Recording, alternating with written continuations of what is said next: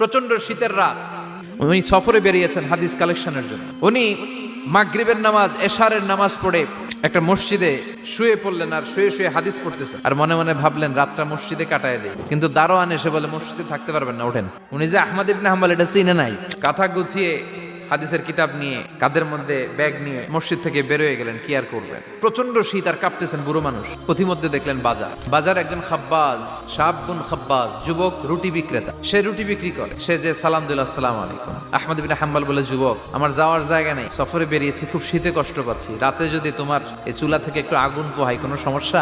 যুবক বলে, না না সমস্যা না, আহলান ওয়া সাহলান, বস আমদের, আসেন আসেন, আপনি আগুন পোহাইলে আমার সমস্যা কি? আল্লাহ শুকরিয়া করে উনি বসলেন আর আগুন পোহাচ্ছেন। আর খেয়াল করলেন যুবক রুটি বানায় আর পরে আস্তাগফিরুল্লাহ, রুটির দলা বানায় পরে আস্তাগফিরুল্লাহ, খামির বানায় আর পরে আস্তাগফিরুল্লাহ, খালি এটাই পড়তেছে। ইমাম আহমদ ইবনে হাম্বল তো অবাক, কিরে এটা আবার কেমন যুবক, খালি আস্তাগফিরুল্লাহ। উনি প্রশ্ন করলেন, যুবক ঘটনা কি? আসার পর থেকেই তোমার দেখতেছি তুমি রুটি বানাও, রুটি বিক্রি করো আর পড়ো আস্তাগফিরুল্লাহ।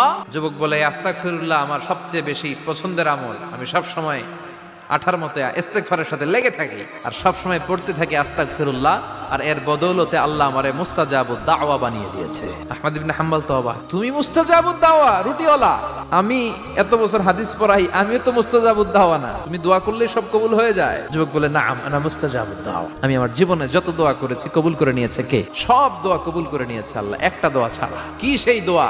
যুবক এবার বলতে শুরু করলো, আমার জীবনে যে দোয়াটা আল্লাহ কবুল করে নাই সেটা হচ্ছে আমি আল্লাহর কাছে অনেক চেয়েছি, অনেক দোয়া করেছি যে আল্লাহ, শুনেছি এই জামানার সবচেয়ে বড় মুহাদ্দিস, তার নাম নাকি ইমাম আহমদ ইবনে হাম্বল, আল্লাহ তোমার কাছে আমার চাওয়া আমি যেন এই ইমাম আহমদ ইবনে হাম্বলরে দেখে মরতে পারি।